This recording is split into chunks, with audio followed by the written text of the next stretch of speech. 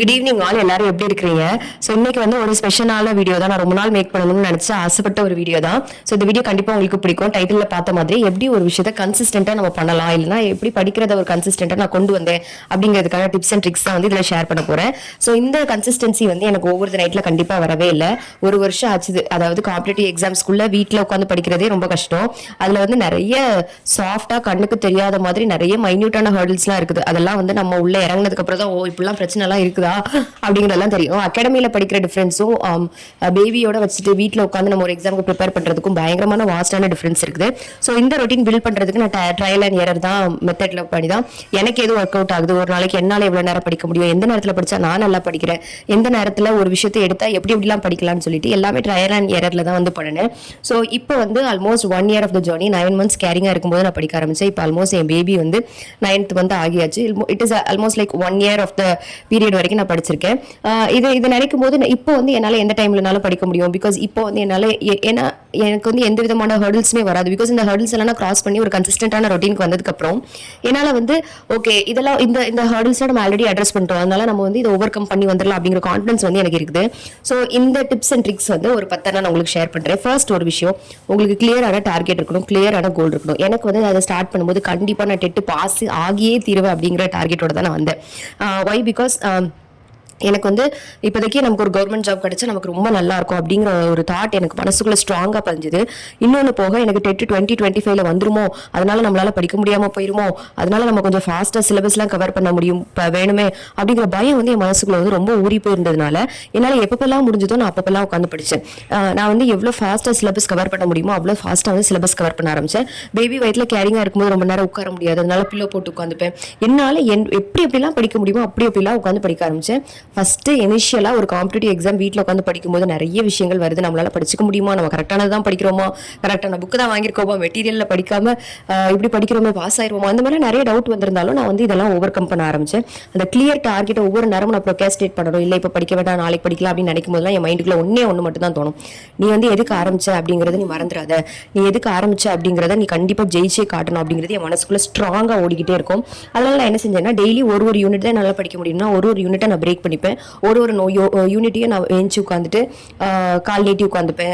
Baby வயிற்றுல இருக்கும்போதே கால் நீட்டி உட்காந்துப்பேன். மடியில் ஒரு தலைவாணி வச்சுப்பேன், குறுக்கில் ஒரு தலைவாணி வச்சுட்டு உட்காந்து ஒவ்வொரு லெசனையாக உட்காந்து நோட்ஸ் எடுப்பேன்.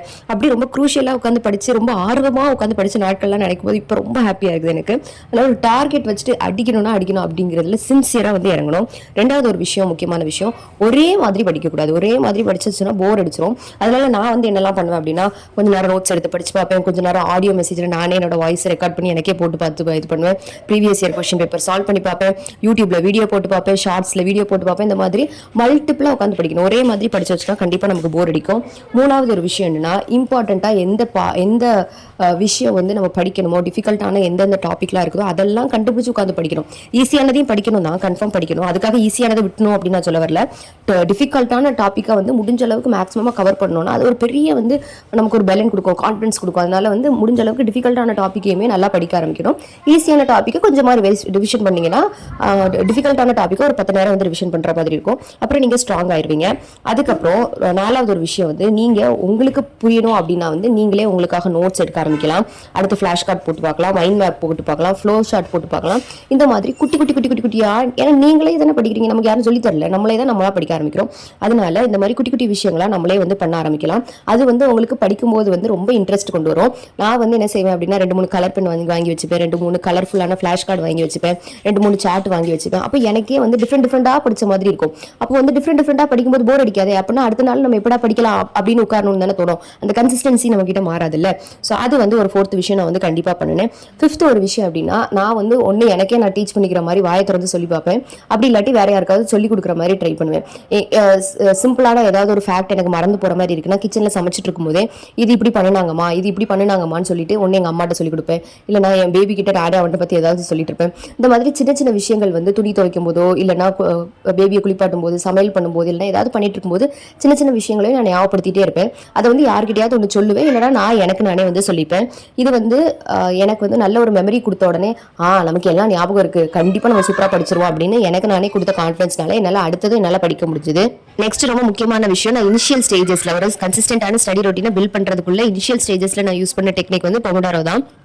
பொமோடோரோனா ஒரு கிளாக்ல டைமர் வச்சுட்டு நம்ம எவ்வளவு நேரம் படிக்கும் அப்படிங்கறத பாக்குறோம்ல. அதுதான் என்னால வந்து ஃபர்ஸ்ட் பிகினிங்ல நான் 20 நிமிஷம் வச்சிருந்தேன், அடுத்து வந்து 30 நிமிஷம் வச்சிருந்தேன், அடுத்து 40 நிமிஷம். இப்போ வரைக்கும் என்னால 40 நிமிஷம் தான் அட் ஸ்ட்ரெச்ல ஒரே நேரத்துல உட்காந்து படிக்க முடியும். அதுக்கு மேல என்னால உட்காந்து படிக்க முடியாது. பிகாஸ் என்னோட சிச்சுவேஷன் அதுவும் கிடையாது. அந்த இவ்வளவு நேரத்தை நமக்கு ஃபோக்கஸ் இருக்கு, இதுக்கு மேல நம்மளால படிக்க முடியாது அப்படின்னு நான் ஒரு பிரேக் எடுத்து வெளியே வந்துருவேன். என்னால வந்து ரொம்ப ஃபிளெக்சிபிளா தான் எதுவுமே பண்ண முடியுமே தவிர ரொம்ப ரிஜிடா ரொம்ப ஸ்ட்ரிக்டாலாம் ரோபோட் மாதிரிலாம் என்னால ஃபாலோ பண்ண முடியாது. அதனால ஒரு பொமோடோரோ 40 நிமிஷம் படிச்சு அப்படின்னா ஒரு 1/4 மணி நேரம் இல்ல ஒரு 20 நிமிஷம் அப்படின்னு நான் படிச்சுப்பேன். என்னோட உடம்புக்கு எப்படி இருக்குதோ என்னோட மைண்டுக்கு எப்படி இருக்குதோ அதுக்கு ஏற்ற மாதிரி நான் மறுபடியும் படிச்சுட்டே இருப்பேன். இந்த பொமோடோரோ எனக்கு ரொம்ப யூஸ்ஃபுல்லா இருந்துச்சு. மறுபடியும் அந்த டேபிள்ல வந்து உட்காரும்போது இன்னைக்கு இவ்வளவு நேரம் படிச்சிட்டோம் சூப்பர், இன்னைக்கு இவ்வளவு நேரம் படிச்சிட்டோம் சூப்பர் அப்படின்னு சொல்லிட்டு நானே என்ன என் மனசுக்குள்ளேயே பாராட்டிக்கிட்டே இருப்பேன். அடுத்த 7th விஷயம், ரொம்ப முக்கியமான ஒரு விஷயம் என்னன்னா, டிஸ்ட்ராக்ஷன் எல்லாத்தையுமே வந்து நான் அவாய்ட் பண்ண ஆரம்பிச்சேன். அதாவது இன்ஸ்டால தேவையில்லாத டிஸ்ட்ராக்ஷன், வாட்ஸ்அப்ல தேவையில்லாத டிஸ்ட்ராக்ஷன், அதுக்கப்புறம் யூடியூப்ல ஷார்ட்ஸ்ல இது எல்லாத்துலயுமே வந்து தேவையில்லாத டிஸ்ட்ராக்ஷன் எல்லாமே நான் அலோவ் பண்ண ஆரம்பிச்சிட்டேன். இன்ஸ்டா தேவையில்லாத முக்காவாசி விஷயங்களை நான் என்ன செஞ்சுட்டேன் அப்படின்னா அன்ஃபாலோ பண்ண ஆரம்பிச்சிட்டேன். அதுக்கப்புறம் யூடியூப்லயுமே தேவையில்லாம ஒரு நமக்கு தெரிஞ்சு நம்ம எல்லாத்தையும் சப்ஸ்கிரைப் பண்ணி வச்சிருப்போம் நினைக்கிறேன். தேவையில்லாம மேக்ஸிமம் என்னால எவ்வளவு முடியுமோ அவ்வளவு விஷயத்தையும் அன்சப்ஸ்கிரைப் பண்ணி விட்டது. அதுக்கப்புறம் ஒவ்வொரு ஆப்புக்குன்னு டைமர் வச்சது, இது எல்லாமே நான் பண்ண ஆரம்பிச்சேன். யூடியூப் டிஸ்ட்ராக்ஷன் அவாய்ட் பண்றதுக்கான ஒரு டெடிகேட்டட் வீடியோவுமே நான் ஆல்ரெடி போஸ்ட் பண்ணிருக்கேன். மேல ஐகார்ட்ல கொடுக்குறேன், கண்டிப்பா ஒரு தடவை செக் பண்ணி பாருங்க, யூஸ்ஃபுல்லா இருக்கும் உங்களுக்கு. இது எல்லாத்தையும் தாண்டி நான் வந்து ரிவிஷன் பண்ண ஆரம்பிச்சேன். நான் வந்து ரிவிஷன் பண்ணி முடிக்கும் போது எனக்கு ஒரு பயங்கரமான கான்ஃபிடன்ஸ், நம்ம சூப்பரா படிச்சிருக்கோம் அப்படிங்கிற ஒரு கான்ஃபிடன்ஸ் எனக்கு வந்ததே பார்க்கணும். அதனாலேயே சூப்பரா படிச்சிருக்கேன், நம்மளால முடியும் அப்படின்னு சொல்லிட்டு நான் என்ன செஞ்சேன் அப்படின்னா அடுத்தடுத்த நாட்கள் வந்து நான் படிச்சுட்டு இருந்தேன். ரொம்ப ரொம்ப முக்கியமான ஒரு விஷயம், 9th விஷயம் என்ன அப்படின்னா, எங்கள் அம்மா அடிக்கடி சொல்லக்கூடிய ஒரு விஷயம், சுவர் இருந்தால் தான் சித்திரம் வரைய முடியும் அப்படின்னு சொல்லுவாங்க. நீங்கள் உங்களை பார்த்துக்கிட்டா மட்டும்தான் நம்மளால் எந்த ஒரு விஷயமுமே கன்சிஸ்டண்ட்டாக பண்ண முடியும். Taking care of yourself is very very important. நான் வந்து நீங்கள் சாப்பிட்றதா இருக்கலாம், நீங்கள் உங்களை ஸ்ட்ரெஸ் ஆகாமல் உங்களோட உடம்பை நீங்கள் ரிலாக்ஸ் பண்ணி பார்த்துக்கிறதா இருக்கலாம், நீங்கள் தூங்குறதா இருக்கலாம், இல்லைனா உங்கள் மைண்டு வந்து கொஞ்சம் ஃப்ரீயாக இருக்கிற மாதிரி எந்த ஒரு விஷயமா இருந்தாலும் சரி தான், நீங்கள் உங்களை நல்லா பார்த்துக்கணும். நான் வந்து போஸ்ட்மார்ட்டம் ஆமுங்கிறதுனால ரொம்ப குரூஷியலான பீரியடில் தான் நான் படிக்க ஆரம்பிச்சேங்கிறதுனால நிறைய அப்ஸ் அண்ட் டவுன்ஸ்லாம் இருந்தது. இப்போ எனக்கு திரும்பி நிறைய விஷயங்கள் பார்த்தா அப்படின்னா நான் நிறைய விஷயங்களை பாசிட்டிவாக என்னோட லைஃப்பில் நான் கொண்டு வந்திருக்கேன் அப்படிங்கிறது என்னாலே நான் வந்து நினச்சிக்கிட முடியுது. என்னோட பாடியாக இருக்கட்டும், என்னுடைய ஸ்லீப் ரொட்டீனாக இருக்கட்டும், என்னோட ஹெல்த் வைஸாக இருக்கட்டும், எல்லாமே வந்து இந்த ஸ்டடீஸ் வந்தப்பறம் நான் டிசிப்ளின்டாக கொண்டு வந்திருக்கேங்கிறது என்னால் வந்து ரொம்ப ஹாப்பியாக வந்து சொல்ல முடியும். சாப்பிட்றது வந்து நல்லா சாப்பிடுங்க, நல்லா சாப்பிட்டுட்டு ஒருவேளை வந்து உங்களுக்கு தூக்கம் வர்ற மாதிரி இருந்துச்சு அப்படின்னா ஒரு வாக் போய்க்கோங்க, ஃபேஸ் வாஷ் பண்ணிக்கோங்க, அப்புறம் உங்களுக்கு பிடிச்ச மாதிரி சின்ன சின்ன விஷயங்கள் பண்ணிக்கோங்க. அதுக்கப்புறம் படிக்கும்போது சில நேரங்களில் உங்களுக்கு ரொம்ப தண்ணி தாக எடுக்கிற மாதிரி இருந்துச்சுன்னா பக்கத்துலேயே ஸ்டடி டேபிளில் ஒரு வாட்டர் பாட்டில் வச்சுக்கோங்க, சின்ன சின்ன ஸ்நாக்ஸ் எடுத்து வச்சுக்கோங்க. ரொம்ப ஸ்ட்ரெஸ்ஸாக இருக்கிற மாதிரி தெரிஞ்சிச்சுன்னா தயவுசெய்து ஒரு ட்ரிப்பு போயிட்டு வாங்க, இல்லை வெளியே வாக்கிங் போயிட்டு வாங்க, ஒரு சன்ரைஸ் பாருங்கள், ஒரு சன்செட் பாருங்கள், ஒரு காஃபி குடிங்க, உங்கள் ஃப்ரெண்ட்ஸ் கூட ஃபோன் பண்ணி பேசுங்க, உங்கள் பெட்டு கூட கொஞ்சம் நேரம் டைம் ஸ்பெண்ட் பண்ணுங்கள், இல்லைனா சின்ன குழந்தைங்க கூட கொஞ்சம் நேரம் டைம் ஸ்பெண்ட் பண்ணுங்கள், இல்லைனா கார்ட்டூன் பாருங்கள். இந்த மாதிரி குட்டி குட்டியாக ஏதாவது ஒரு மூவி கூட நீங்கள் பார்க்கலாம். இந்த மாதிரி நிறைய விஷயங்கள்ல நான் என்ன ரிலாக்ஸ் பண்ணிப்பேன். அதுக்கப்புறம் வந்து நல்லா தூங்குறது, எனக்கு தூக்குறது வந்து கொஞ்சம் கஷ்டமான ஒரு ப்ராசஸ் அப்படிங்கிறதுனால நான் தூங்குறதுமே வந்து சில குக்கிங் வீடியோஸ்லாம் பார்த்தேன்னா அது ரொம்ப பீஸ்ஃபுல்லாக இருக்கிற மாதிரி இருக்கும். ஒரு சைனாக்காரங்களை பார்ப்பேன், பார்த்துக்கோங்க, சூப்பராக இருக்கும். அதெல்லாம் பார்த்து என்ன நானே சூப்பராக வந்து க்ரூம் பண்ணிக்கிட்டேன். முன்னாடி இருக்கிற என்னுடைய பழைய நானும் வந்து இந்த காம்படிட்டிவ் எக்ஸாம்ஸ்குள்ளே வந்ததுக்கப்புறம் என்னுடைய டிசிப்ளின் ரொட்டீனுக்கும் நானே என்னை வந்து சூப்பராக வந்து மோல்ட் பண்ணிக்கிட்டதை நினச்சி பார்த்தா எனக்கு ரொம்ப ஹாப்பியாக இருக்குது. ஏன்னா நான் வந்து ரொம்ப டிசிப்ளின்டாக இருக்கேன், நான் வந்து கரெக்டான விஷயங்களை சாப்பிட்றேன், கரெக்டான விஷயங்களை பண்ணுறேன், கரெக்டான ஒரு ஹெல்த்தியான ஹேபிட்டில் இருக்கேன் அப்படின்னு நினைக்கும் போது எனக்கு ரொம்ப ஹாப்பியாக இருக்குது.